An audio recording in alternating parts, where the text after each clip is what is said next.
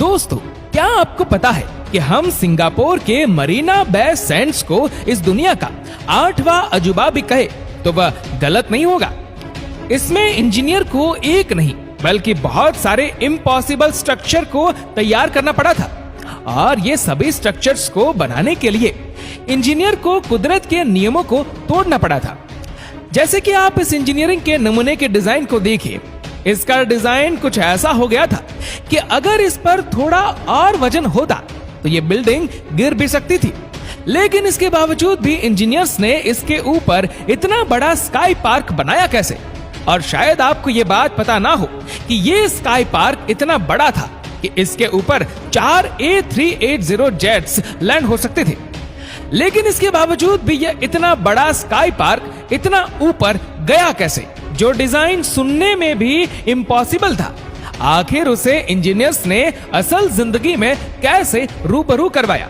जानने के लिए वीडियो को अंत तक जरूर देखिएगा। दोस्तों, इस होटल को बनाने में करीब $5.7 बिलियन का खर्च आया था। और शायद आपको ये बात हैरान कर दे कि इतने पैसों में अगर आप चाहो तो करीब करीब 4 बुर्ज खलीफा तो खरीद ही सकते हो। और इसके टॉप पर एक स्विमिंग पूल है जो कि आपको सिंगापुर का 360 डिग्री का व्यू प्रोवाइड करता है। इसमें हर बिल्डिंग को बनाने के लिए सबसे पहले इंजीनियर को 16,500 वर्कर्स को हायर करना पड़ा था। इंजीनियर के पास सबसे पहली चुनौती थी इस बिल्डिंग का डिजाइन, जो कि इंजीनियर को फिजिक्स के लॉस को तोड़ने पर मजबूर कर रही थी।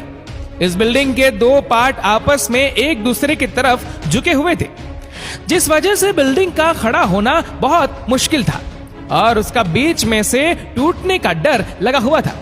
अगर ऐसा हुआ तो लाखों डॉलर्स का नुकसान तो तय ही था। लेकिन तभी डिजाइन इंजीनियर ने वो तरकीब बताई जिसे आज तक कभी भी किसी ने यूज नहीं किया। उन्होंने बिल्डिंग के साथ साथ स्टील के मोटे मोटे टावर्स को टेम्पररी सपोर्ट की तरह यूज करना शुरू कर दिया, जिससे बिल्डिंग के स्ट्रक्चर के फेलियर के चांसेस कम हो गए। और वह सपोर्ट्स जब 23वें फ्लोर पर एक साथ स्ट्रक्चर्स को जोड़ेंगे तब उस पोस्ट को निकाल लेंगे। लेकिन इंजीनियर्स के मन में यह डर बैठा हुआ था कि जब उन टेम्पररी सपोर्ट को निकाला जाएगा तो कहीं यह स्ट्रक्चर मिसकैलकुलेशन की वजह से गिर न जाए। इसीलिए उन्होंने स्ट्रक्चर के अंदर कुछ परमानेंट सपोर्ट को ज्वाइन करने का सोचा। इसीलिए उन्होंने कुछ स्टील वायर्स को पकड़ बनाने के लिए स्ट्रक्चर के अंदर ही ज्वाइन कर दिया, और वाइट का दूसरा हिस्सा उन्होंने ह्यूमैनिक जैक्स से टाइप कर दिया, जिससे अगर फ्यूचर में बिल्डिंग का लोड बढ़ता भी है तो वह बाय उस बिल्डिंग का 50% तक का वजन कंट्रोल कर लेंगे। सब काम ठीक तरह से टाइम टू टाइम चल ही रहा था कि तभी काम के बीच में कुदरत का कहर बरसाना शुरू हो गया।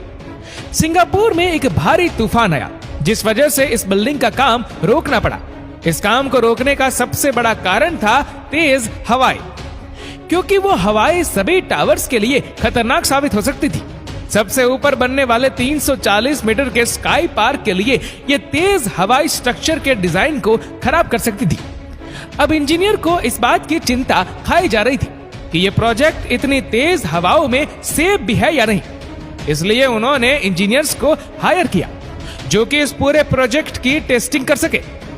अब वे इंजीनियर ने इस मॉडल पर टेस्ट करनी शुरू कर दी, और उन्होंने ये पता लगा लिया कि सिंगापुर के तूफान में ये बिल्डिंग 200 मिलीमीटर तक इधर उधर हो सकती है।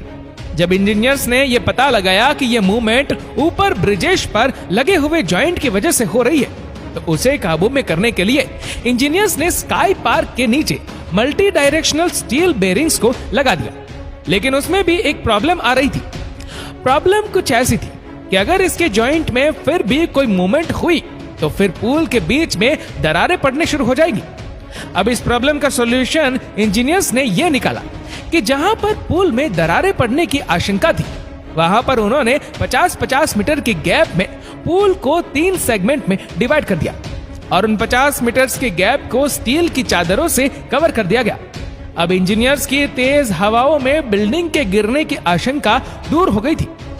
लेकिन अब सवाल यह था कि आखिर इस 3 बड़े हवाई जहाज के बराबर के स्काई पार्क को ऊपर बनाकर लेकर कैसे जाए, और इसीलिए उन्होंने इस पूरे सेगमेंट को 14 पार्ट में डिवाइड किया और इसे ऊपर जाकर ही असेंबल किया। लेकिन इन 14 पार्ट्स को बिना किसी नुकसान के ऊपर लेकर जाना आसान नहीं है। इंजीनियर्स 14 में से 12 पार्ट्स को किसी ना किसी तरीके से ऊपर तो ले गए, लेकिन इंजीनियर्स को अब इसमें से 2 सबसे बड़े पार्ट्स को ऊपर ले जाने में बहुत दिक्कतें आने लगी थी, क्योंकि ये दोनों पार्ट करीब करीब 80 मीटर के थे और इनका वजन 1400 टन के बराबर था। आपको बता दूं कि इतना वजन ऊपर उठाना मतलब करीब 8 एफिल टावर को एक साथ ऊपर ले जाने के बराबर था।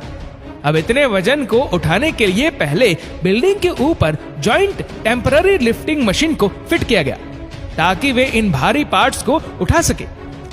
आपको बता दूं कि यह लिफ्टिंग इस दुनिया की लॉन्गेस्ट और लार्जेस्ट लिफ्टिंग थी।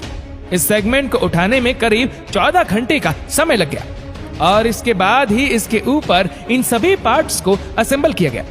और आज इस बिल्डिंग में इस दुनिया का सबसे महंगा कैसीनो के साथ साथ 200 मीटर की ऊंचाई पर दुनिया का सबसे बड़ा स्विमिंग पूल भी है। वैसे क्या आप कभी इस होटल में जाना चाहोगे? कमेंट करके हमें जरूर बताएं। और अगर आपको वीडियो अच्छा लगा हो तो इस वीडियो को लाइक करेगा, शेयर करेगा ज्यादा से ज्यादा लोगों तक। और ऐसे ही और भी रोचक जानकारियों के लिए सब्सक्राइब करें हमारे YouTube चैनल को और Facebook पर फॉलो करें हमारे पेज को। धन्यवाद।